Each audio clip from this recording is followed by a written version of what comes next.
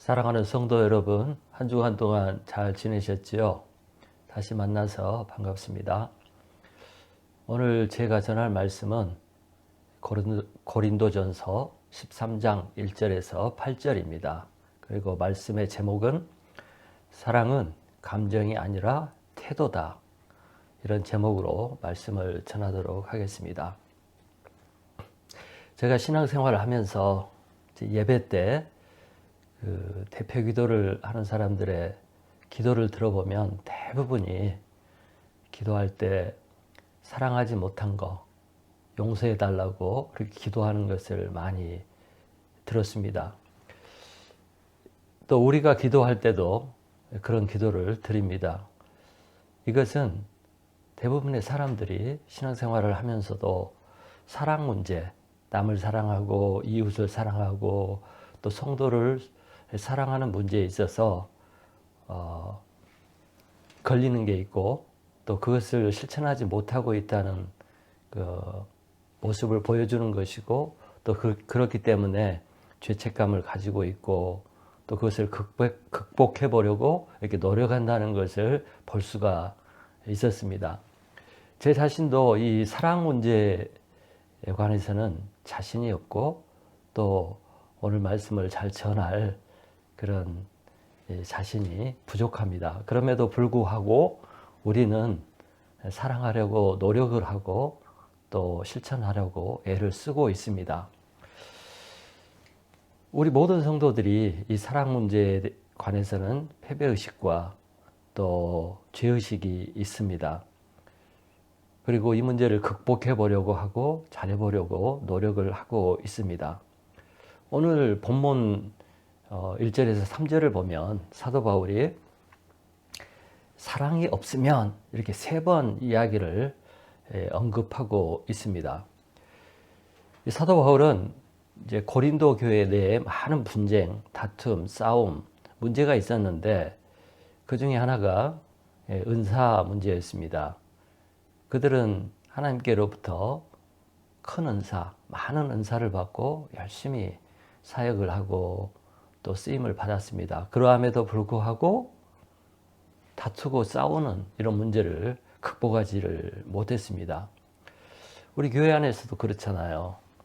하나님 사랑하고 또 열심히 일하지만 서로를 사랑하지 못하고 다투고 분쟁하고 그래서 절망하고 힘든 경우가 많이 있습니다. 근데 사도 바울은 사랑이 없으면 다 헛것이다. 이런 얘기를 하고 있습니다. 1절에 보면 바울은 방언을 하고 천사의 말을 한다고 해도 사랑이 없으면 그것은 소리고 잡음이고 소음에 불과하다. 이렇게 얘기하고 있습니다. 또 2절에 보면 예언을 하고 모든 비밀과 지식을 알고 산을 옮길 만한 믿음을 가졌어도 사랑이 없다면 아무것도 아니라고 했습니다.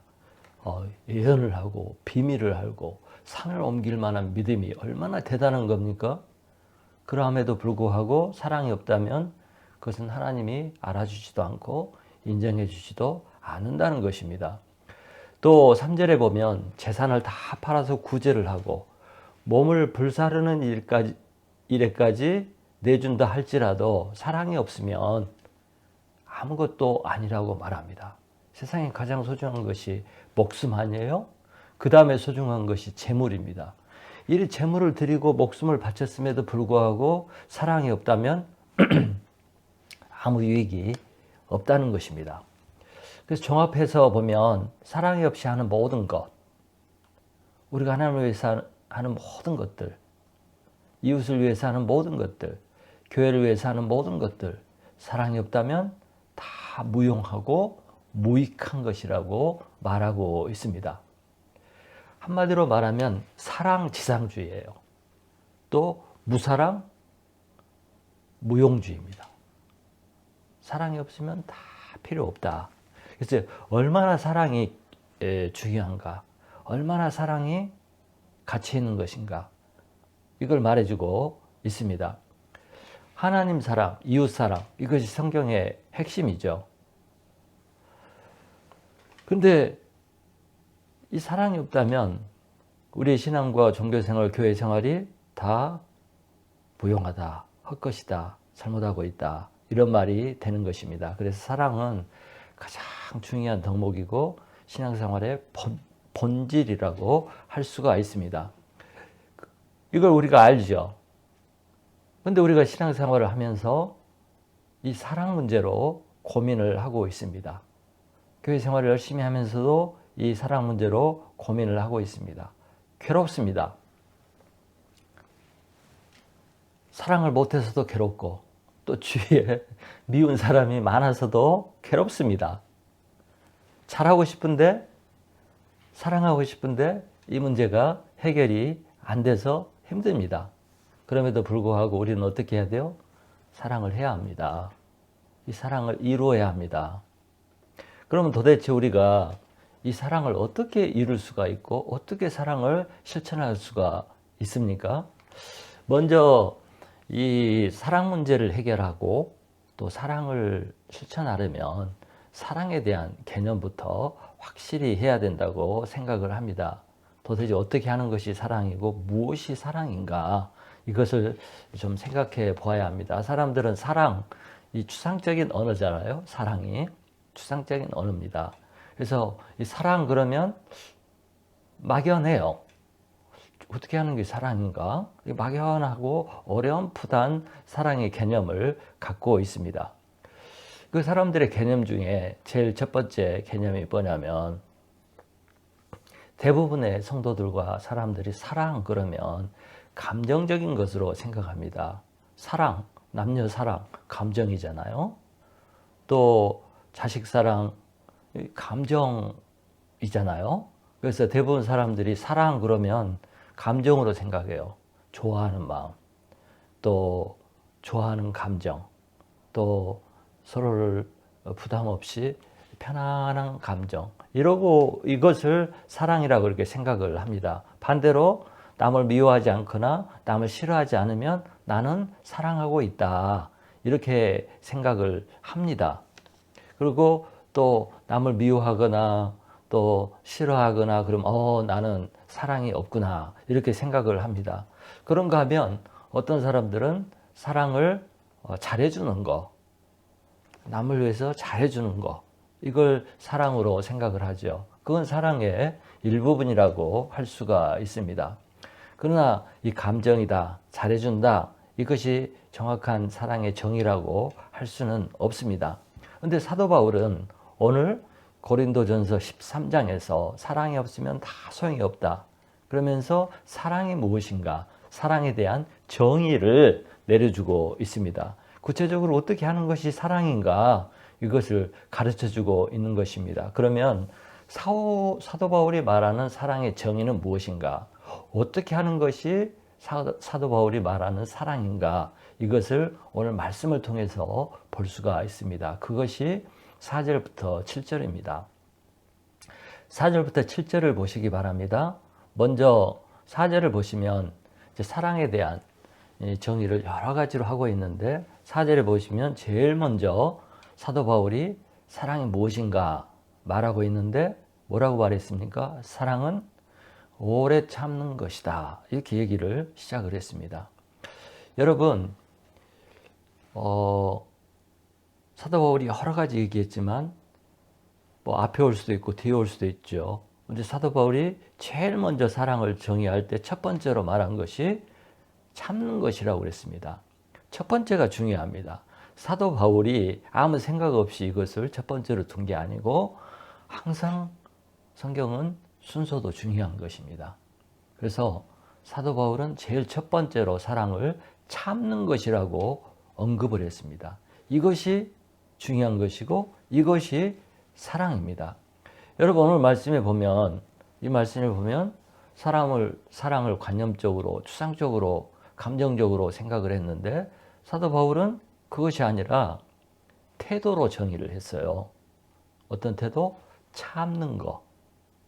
그래서 사랑의 제일 첫 번째 정의는 참는 것입니다.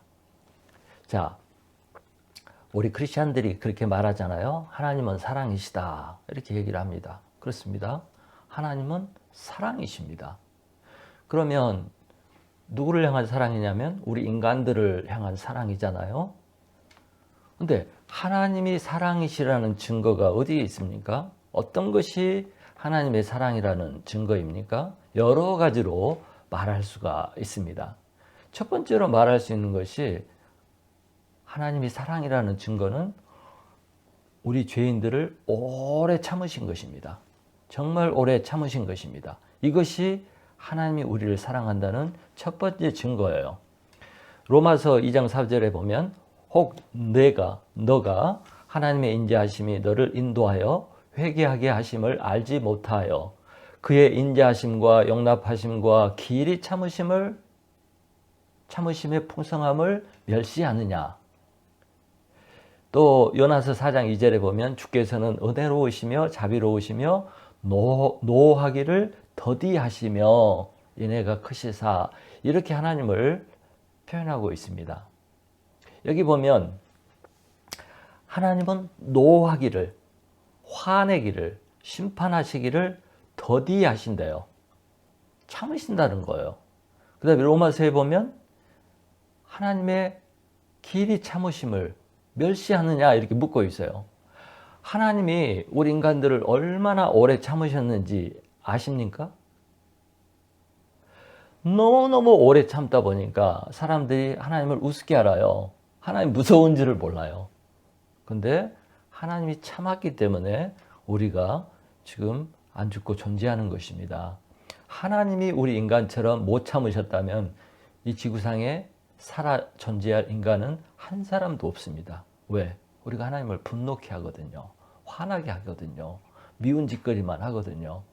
그럼에도 불구하고 하나님이 오래 참으셨기 때문에 우리가 구원을 받을 수 있는 길이 생기기도 하고 기회가 주어지는 것입니다. 아멘. 어떤 사람들은 하나님의 사랑이 어디 있냐고 이렇게 불신하고 이렇게 주장하는 사람들이 있습니다. 하나님이 살아계신다면 왜 세상이 이렇게 돌아가냐고. 근데 여러분 생각해 보세요. 하나님이 우리 같이 악을 보고 잘못한 것을 보고 분노하시고 심판한다면 나도 살아남을 수가 없고요. 세상 살아남을 사람 한 사람도 없습니다. 얼마나 악한지요. 얼마나 나쁜지요. 얼마나 더러운지요.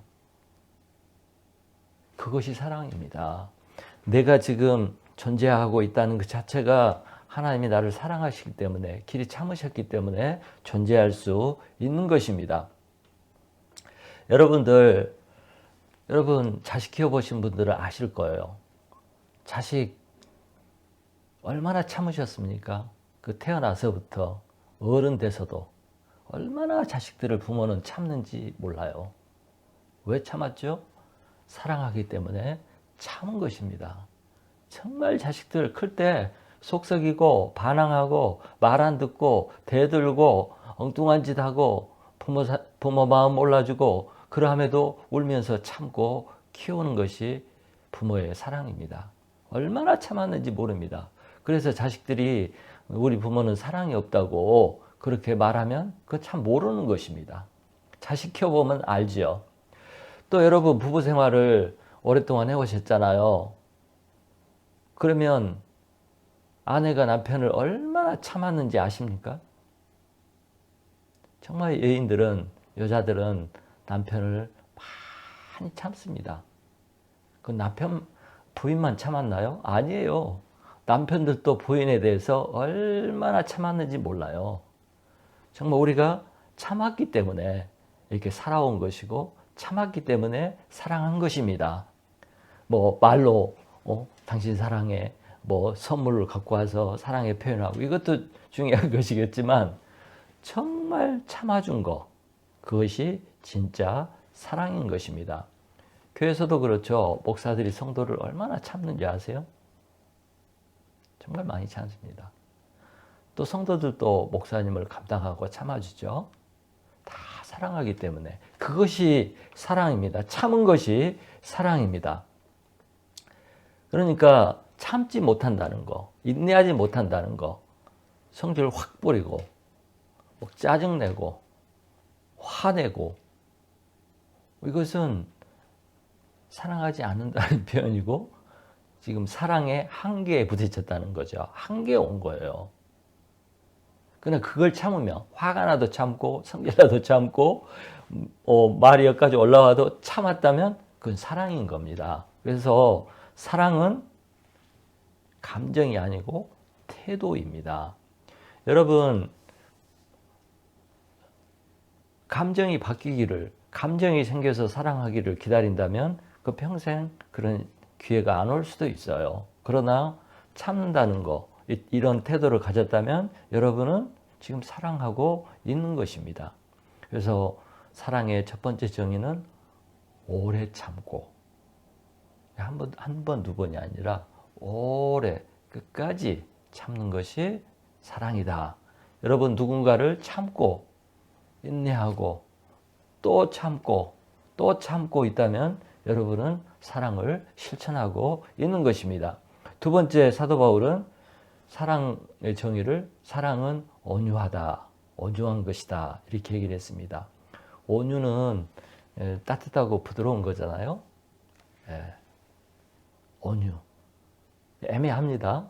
근데 영어 성경에 보면 Love is kind 그랬어요.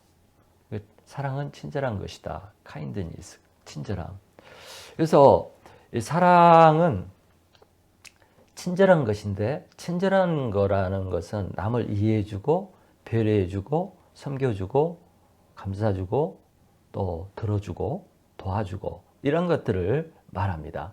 그러니까 친절이라는 것은 참는 것과도 연결이 되어 있지만 화내고 싶을 때 화 안 내고 또 그냥 내일 보고 싶을 때 내일을 그만두고 상대방을 도와주고 뭐 짜증내지 않고 이런 모든 것들이 따뜻하게 하는 거죠. 친절한 거죠. 요즘에 보면 옛날에 한국의 관공서에 가면 정말 친절하지 않았어요. 서비스 정신이 하나도 없었습니다. 제가 독일에 오니까 좀 그걸 느끼겠더라고요. 근데 요즘에 한국은 얼마나 서비스 정신이 좋은지 몰라요. 또 북유럽도 서비스를 잘하는 편입니다. 서비스를 잘 받으면 마음이 어때요? 기분이 좋아지잖아요. 행복해지잖아요. 그날 하루가 기분이 좋습니다. 근데 친절하지 않은 사람을 만나면 하루를 망치게 됩니다. 우리가 처음 만난 사람, 옆에 있는 사람, 지나가는 사람, 또 모르는 사람, 어려움 겪고 있는 사람, 이런 사람들에게 친절하게 대해주면 그 사람을 행복하게 만들어주고 또 누군가가 나에게 그렇게 하면 정말 행복하고 기쁩니다. 근데 이것이 사랑이라는 거예요. 남에게 친절하게 하는 거. 이거 어렵지 않잖아요. 친절하게 하면 그게 사랑을 실천하는 것인데 사도 바울은 사랑은 친절한 것이다. 이렇게 얘기를 했습니다. 그래서 많은 사람들이 친절하려고 애를 쓰죠. 애를 쓰죠. 그래서 잘합니다. 근데 여러분들이 생각해 보세요. 제일 친절하게 안 했던 사람이 누군 것 같아요? 가까운 사람들한테 친절하게 안 합니다. 자식들도 남이 무슨 부탁하고 남이 뭐 도와달라고 하고 뭐 핸드폰이나 컴퓨터 문제 있을 때 도와달라고 그러면 얼마나 잘 도와주는지 몰라요. 근데 부모가 부탁을 하면 틱틱거리고 짜증내고 이것도 몰라 그러고 친절하지 않아요. 그런가 하면 남편들이 어때요? 밖에 나가서는 잘 이렇게 친절하게 하면서 자기 아내한테는 함부로 하고 화내고 친절하게 안 합니다. 또 아내들도 그래요. 그래서 이상하게 이렇게 보면 다른 사람한테는 친절하게 하면서 자기 가족이나 가까운 사람들한테는 함부로 하는 것을 보게 되는데 그러면 안 되죠. 친절은 가까운 사람, 가까워서 함부로 할 수 있다고 생각하는 그런 경우에 그렇게 하지 않고 친절하게 하는 것입니다. 그것이 사랑입니다. 교회 안에서도 마찬가지요. 너무 오래 지냈다고 막 뭐 회의할 때 함부로 막 말하고 함부로 하고 교인들끼리 서로 친절해야 되는 거죠. 예. 그래서 친절은 얼마든지 할 수 있는 것이고 그래서 우리는 친절하면 사랑을 하고 있는 것입니다. 세 번째는 뭐라고 그랬어요? 사랑은 시기하지 아니하며 시기하지 않는 것. 그것이 사랑이라고 그랬습니다. 여러분, 사람들은 진짜 시기를 잘해요. 시기심이 금방 올라오죠. 그래서 시기하면 싫어지고 거리감이 생기고 마음에 장벽이 생기게 됩니다. 그래서 시기하는 것을 극복을 해야 돼요. 근데 여러분, 시기심은 누구한테 생기는 겁니까? 누가 잘 나갈 때, 성공했을 때, 잘했을 때, 많은 것을 소유한 것 같을 때, 어쨌든 우리 마음에 이렇게 시기심이 생깁니다. 근데 여러분, 이상하죠? 여러분, 남편이 잘 되면 시기하십니까?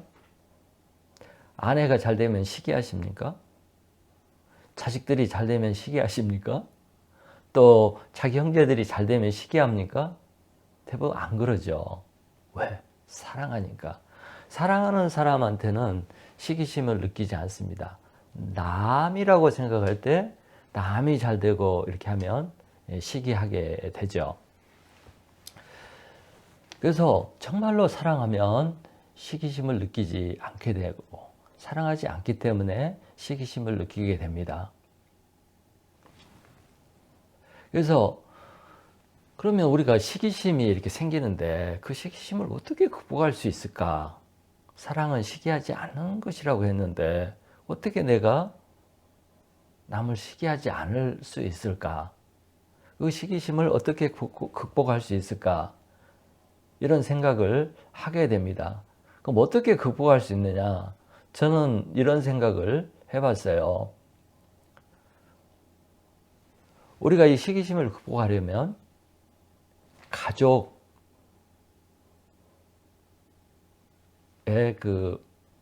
가족이라는 생각, 형제라는 생각, 이런 생각을 가져야만 그 사람이 시기의 대상이 아니라 사랑의 대상이 되고, 그래서 잘 되고 이렇게 했을 때 시기하지 않을 수 있습니다. 그렇게 하려면 우리가 하나님 안에서 모든 성도들과 이웃이 형제다 하는 이런 마음을 가졌을 때 그것을 극복할 수가 있는 것입니다. 우리가 예수 그리스도를 믿으면 모든 사람이 형제잖아요. 그래서 형제가 잘 되면 행복할 수 있는 것입니다. 감사할 수 있는 것입니다. 같이 기뻐할 수 있는 거죠. 그럼에도 불구하고 형제의식이 없으니까, 예수 그리스도 안에서 형제의식이 없으니까 교회 안에서 잘 되는 것을 못 보고 시기하게 되는 겁니다. 시기하니까 관계가 깨지게 되는 거죠. 그래서 형제의식을 가져야 돼요. 우리가 하나님을 아버지로 둔 우리는 다 형제다.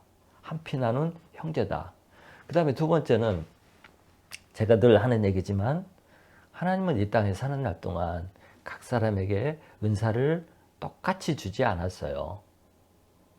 많이 준 사람이 있고 적게 준 사람이 있고, 이 세상에서 그래서 살다 보면 다 차이가 있고 또 많고 적음이 있습니다. 그래서 시기심을 가질 수밖에 없죠. 그런데 우리가 하나님 편에서 모든 것을 하나님의 주권으로 보고, 하나님께서 뜻이 있어서, 계획이 있어서, 목적이 있어서, 이유가 있어서 적게 주고 많이 주고 또 크고 작고 뭐 여러 가지가 있는 것입니다.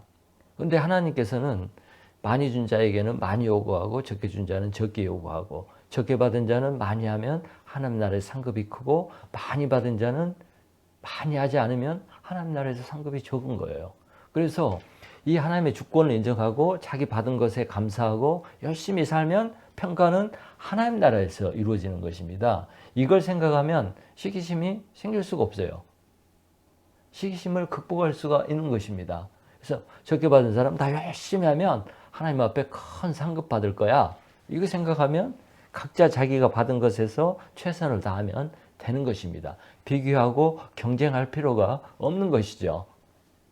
그래서 우리에는 내세관이 있어야 되고, 또 상급 신앙에 대한 신앙이 있어야 되고, 주권 신앙이 있어야 됩니다. 이것이 있으면 그 시기심을 극복할 수가 있고, 서로가 잘 될 때 칭찬하고 같이 기뻐할 수 있는 것입니다. 그래서 시기심을 극복하는 거, 시기심을 버리는 거, 그것만 버려도 사랑하고 있는 것이고 사랑을 실천하는 것입니다.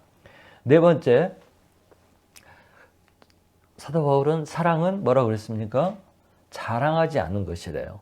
그리고 교만하지 않는 것이라고 했습니다. 여러분, 사람들은 뭘 잘하고 뭘 이루고 뭘 가지고 뭘 성취하면 자랑하고 싶어 합니다. 그것이 인간의 본능이죠. 그래서 얼마나 자랑하고 싶어 가지고 막 몸부림을 치죠. 자랑 못하면 막 답답하고 힘들어지죠. 그래서 막 자랑을 합니다, 사람들이. 근데 사랑은 자랑하지 않는 것이래요. 자랑만 안 해도, 자랑할 것이 있는데 자랑만 안 해도 사랑이라는 거예요. 상대방을 사랑하는 거라. 왜? 자랑하면 나는 좋지만, 나는 기분이 좋고 그렇지만 듣는 사람은요, 속으로 힘들어요. 듣는 사람은 낙심을 해요. 저 사람은 저렇게 좋은 걸 많이 갖고 자랑할 것이 있는데 나는 없다, 이런 생각을 하면 마음이 싸늘해지고 앞에서는 같이 웃고 즐거워하지만 속으로는 힘들어요. 그래서 자랑은 상대방을 힘들게 하는 것입니다. 그래서 자랑만 안 해도 사랑하는 것입니다. 그것은 상대방에 대한 배려죠. 내가 자랑하면 상대방이 힘들겠구나. 내가 차 자랑하고 옷 자랑하고 돈 버는 거 자랑하고 내 권력 자랑하고 내 외모 자랑하고 그러면 상대방이 그것이 없을 때 어쩌겠어요? 힘들어지죠. 그래서 상대방을 사랑하는 사람은 자랑하지 않는 것입니다. 사도 바울은 그래서 자랑할 것이 많았어요. 정말 많았어요. 가문도 그렇고 학식도 그렇고 이룬 것도 그렇고 젊은 사람임에도 불구하고 자랑할 것이 많았고 또 나중에는 그리스도인이 되어서 얼마나 큰 사역을 했는지 몰라요. 정말 사도 바울처럼 대단한 사람이 없어요. 그러나 그는 자랑하지 않겠다고 그랬어요. 왜? 자기가 자랑함으로써 누군가 힘들어질 수 있기 때문에. 그래서 사도 바울은 무엇을 자랑한다고 그랬습니까? 고린도후서 11장 30절에 보면 자신의 약함을 자랑한다. 자기의 연약함, 부족함, 못남, 이걸 자랑한다고 했어요. 그걸 나타낼 때 예수님이 드러나거든요. 하나님이 드러나거든요. 예. 그래서 여러분, 자랑만 안 해도 상대방을 사랑하는 것입니다. 그 다음에 교만하지 않는 것이 사랑이라고 그랬는데 자랑이 지나치면 교만에 이르고 교만은 패망의 선복이 되고 교만은 이제 남을 우습게 보고 밑으로 보고 자기를 큰 자로 우월한 자로 보게 되는 아주 나쁜 태도고 그게 마귀의 태도입니다. 자랑이 지나치면 교만으로 갑니다. 교만으로 가면 상대방을 정말 무시하고 짓밟는 그런 거 세상에서 많이 보죠. 그게 뭐예요? 갑질이에요. 갑질. 그래서 가끔은 정말 좀 가졌다고 권력을 가졌다고 돈을 많이 가졌다고 막 종업원들 무시하고 짓밟고 무릎 꿇게 하고 함부로 말하고 이건 정말 사랑이 없는 사람이 하는 짓입니다. 그것은 정말 버려야 할 태도입니다. 교만합니까? 뭔가 좀 가졌다고 누구 무시합니까? 정말 그 사람은 나쁜 사람이고 하나님의 사람이 아니라고 말할 수도 있습니다. 그래서 우리는 자랑만 안 해도 교만만 안 해도 누군가를 사랑하는 것입니다. 자, 그 다음에 이제 5절에 여러 가지가 나오는데 그것은 이제 생략하고 그것은 지금까지 말했던 것과 배치되는 것입니다. 그래서 계속 말할 수가 없고 자, 5번째 6절을 보도록 하겠습니다. 6절을 읽어보겠습니다. 6절에 보면 이렇게 나와요. 사랑은 불의를 기뻐하지 아니하며 진리와 함께 기뻐하는 것이다 했습니다. 불의를 기뻐하지 않고 진리와 함께 기뻐하면 그 사람은 사랑하고 있다는 거예요. 그래서 이 말씀은 사랑의 기초, 우리가 사랑하는 사랑의 기초, 그 밑바닥에 기초에 무엇이 있어야 하는가 이것을 말해주는 건데 불의는 버리고 진리는 택하고 불의는 미워하고 진리는 기뻐하고 이랬을 때 그 사랑이 진짜 사랑이다. 그것이 진짜 사랑이다. 이렇게 얘기를 합니다. 여러분, 뭐 선물을 쌌어요? 포장지를 화려하고 멋있게 쌌어요? 그런데 그 안에 더러운 것이 들어있다. 그러면 그 선물이 무슨 가치 있고 귀한 것입니까? 그건 가짜죠. 아무리 포장지가 화려하고 멋있어도 속이 나쁜 것이 들어있으면 그것은 나쁜 것입니다. 이와 마찬가지로 여러분이 사랑의 표현, 사랑의 모습을 여러 가지로 보였다고 할지라도 그 본질, 기초가 불이하거나 진리에 기초되어 있지 않았다면 그것은 가짜 사랑이고 틀린 사랑이고 잘못된 사랑이라는 겁니다. 그래서 우리의 사랑은 동기와 목적이 진리해야 되고 선해야 되는 것입니다. 그 목적과 동기가 선해야 돼요. 또 아무리 우리가 서로 친하고 사랑하는 것 같아도 그 안에 불의가 있거나 악이 있거나 거짓이 있으면 그것은 참 사랑이 아닙니다. 진짜 사랑은 불의를 미워하고 진리가 아닌 것을 미워하고 멀리하고 진리와 함께 진리가 있고 의의가 있고 그러면서 사랑할 때 그것이 진짜 사랑이라는 것입니다.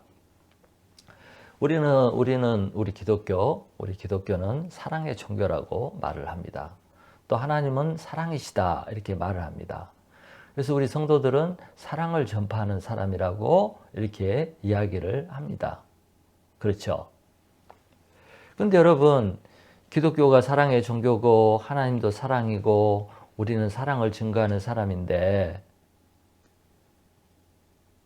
그런 걸 하면서 불의를 용납하고 진리를 포기하고 기뻐하지 않고 사랑한다면 그것은 진짜 기독교도 아니고 진짜 하나님을 사랑하는 것도 아니고 진짜 성도라고 할 수가 없는 것입니다. 우리 기독교라고 서로 나쁜 것도 봐주고 불의도 용납하고 진리를 따르지 않고 그러면서 우리 교회끼리 성도끼리 기독교인끼리 막 우리는 잘하고 있어. 그 포장지만 그러지 그건 가짜입니다. 틀린 것입니다. 우리가 교회가 잘못 가고 있고 목사가 잘못 가고 있고 교회가 막 불의한 것을 지지하고 용납하고 환영하고 한다면 그것은 사랑이 아니고 불의를 용납한 잘못된 단체가 되는 것입니다. 악의 편에 서는 것입니다. 악당 모임이 되는 것입니다. 그래서 예수님이 이런 말을 했죠. 강도의 구렬이다. 예수님 당시에 그 유대교 또 그 성전에 가서 강도의 구렬이다. 강도의 모임이다. 이렇게 얘기를 했습니다. 왜? 본질이 잘못됐거든요. 목적이 선하지 않거든요. 그 안에 불의가 들어있고 악이 들어있고 나쁜 동기가 숨어 있었거든요. 그러니까 그 모임을 주님은 인정하지 않은 거예요. 옛날 2차 대전 때 독일 카톨릭과 일부 개신교가 나치를 지지했습니다. 얼마나 나쁜 짓을 하고 있는데 그 지지를 했다니까요? 잘못된 거죠. 악을 지지를 한 것입니다. 과거에 우리 기독교가 인권을 유린하고 사람을 죽이고 또 막 가두고 이런 독재를 지지하지 않았습니까? 기독교가? 어떻게 그럴 수가 있습니까? 악은 지지를 하면 안 되잖아요. 그런데 요즘에 그런 목사님들과 그런 교회와 그런 성도들이 많이 있습니다. 분명히 악인데 잘못 가고 있는데 틀린데 막 그냥 우리는 우리 기독교니까 지지한다. 우리 목사님은 지지한다. 그렇게 하면 안 되죠. 그렇게 하면 안 됩니다. 그렇게 하면서 믿음이 좋다. 나는 참 그리스도인이다. 믿음이 좋은 보수적인 기독교인이다. 이렇게 말하면 안 되는 것입니다. 왜? 그 진짜 사랑이 아니거든요. 그 안에 진리가 있지 않거든요. 불의가 있거든요. 그러면 그것은 우리가 털어야 되는 것이고 멀리 해야 되고 그렇게 해야 됩니다. 그럼에도 불구하고 따른다면 자신을 속이는 것이고 이제 불안당이 되는 것이죠. 그래서 우리는 굉장히 조심을 해야 됩니다. 사랑은 어떤 모양이라도 불의와 함께 할 수는 없는 것입니다. 불의. 그렇죠? 그래서 사랑은, 옳은 태도는 불의를 기뻐하지 않는 것이고 진리와 함께 기뻐하는 것이에요. 그 모임이 진리가 없는 모임이고 진리는 버리고 악을 도모하면서 막 흉보고 비판하고 정지하고 하면서 막 서로 기쁘고 즐겁다. 오 마이 갓. 그것은 사랑이 아니고 사랑의 공동체가 아니에요. 그건 거짓 사랑이고 가짜 사랑이고 서로 속이고 있는 사랑입니다. 결론적으로 보면 사랑의 핵심이 7절에 나옵니다. 7절에 보면 이렇게 나오죠. 모든 것을 참으며 모든 것을 믿으며 모든 것을 바라며 모든 것을 건디느니라. 여기서 모든 것은 모든 상황을 말하는 거예요. 영어에서는 always 이렇게 나와요. 모든 것을 always, 항상은 always는 100%를 얘기합니다. 모든 것도 100%를 얘기해요. 그러니까 100% 상황에, 모든 상황에 항상 참으며 믿으며 바라며 견딘다. 그러니까 상대방이 어떤 짓을 해도, 어떤 상황에 있어도, 어떤 경우에도, 말이 안 되는 경우에도, 정말 참을 수 없는 경우에, 용서할 수 없는 경우에도 참아주고 믿어주고 바라고 소망하고 또 인내하는 거. 이것이 사랑이라고 말합니다. 사랑.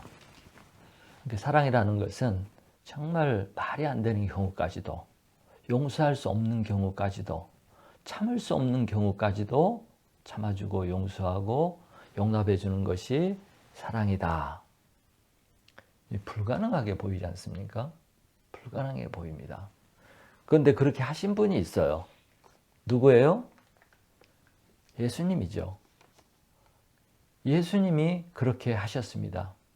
100% 참으시고 바라고 소망하고 인내하고 용서했습니다. 누구한테 그렇게 했습니까? 저한테 그렇게 한 거예요.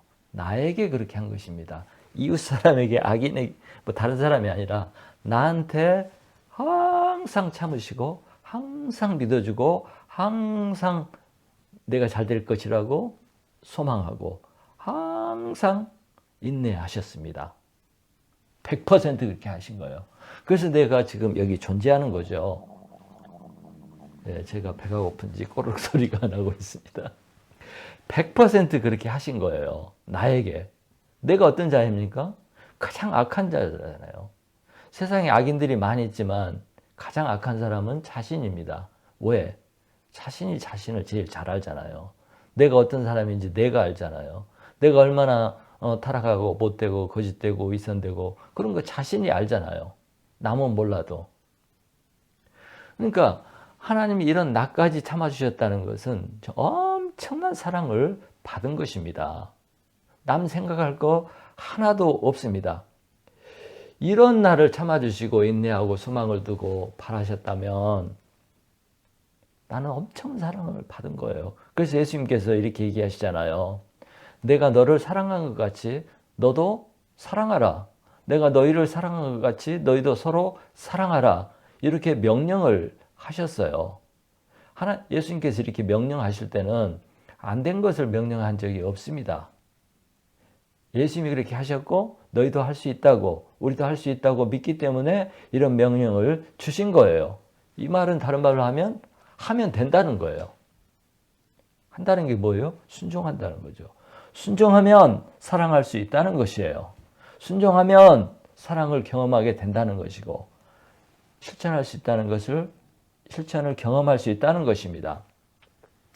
그래서 사랑을 못한다, 사랑이 안 된다, 나는 사랑할 수가 없다, 이렇게 얘기하는 거 다 거짓말이고 한 가지 안 한 것이에요. 뭐예요? 순종하지 않은 것입니다. 순종하지 않아서 사랑을 못하는 거예요. 아니요, 저는 감정이 안 나와요. 미워요, 싫어요. 사랑할 힘이 없어요. 사랑하는 마음이 안 생겨요. 그러면 감정이 바뀌면 좋은 마음이 생기면 사랑할 거예요? 근데 그런 기회가 평생 안 올 수도 있어요. 감정을 기다리고 있다면 죽을 때까지도 그 감정이 안 생겨요. 미운 감정만, 싫은 감정만 있지 사랑하는 감정이 죽을 때까지 안 생긴다니까요. 그러면 사랑 못 합니다. 그래서 감정을 쫓으면 사랑을 할 수가 없습니다. 사랑은 감정이 아니라 뭐예요? 태도입니다.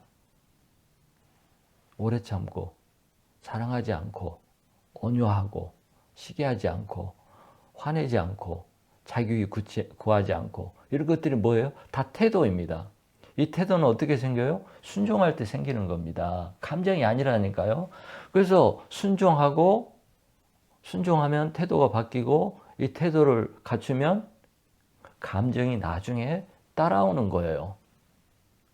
감정이 따라오게 됩니다. 순종하면. 태도가 바뀌고 감정은 따라오는 것입니다. 그래서 사랑은요, 감정도 아니고 선택이 아니고 순종입니다. 명령입니다. 그래서 무조건 해보면 돼요. 감정이 생기지 않아도 순종해서 하면 됩니다. 감정이 생길 때까지 기다리면 아무것도 할 수가 없어요. 그냥 하세요. 계속 하세요. 그러면 실천하면 감정이 따라오게 되고 미운 사람, 싫은 사람도 없게 되고 싫은 감정이 떠나가고 미운 감정이 떠나가고 사랑이 생기게, 좋은 마음이 생기게 됩니다.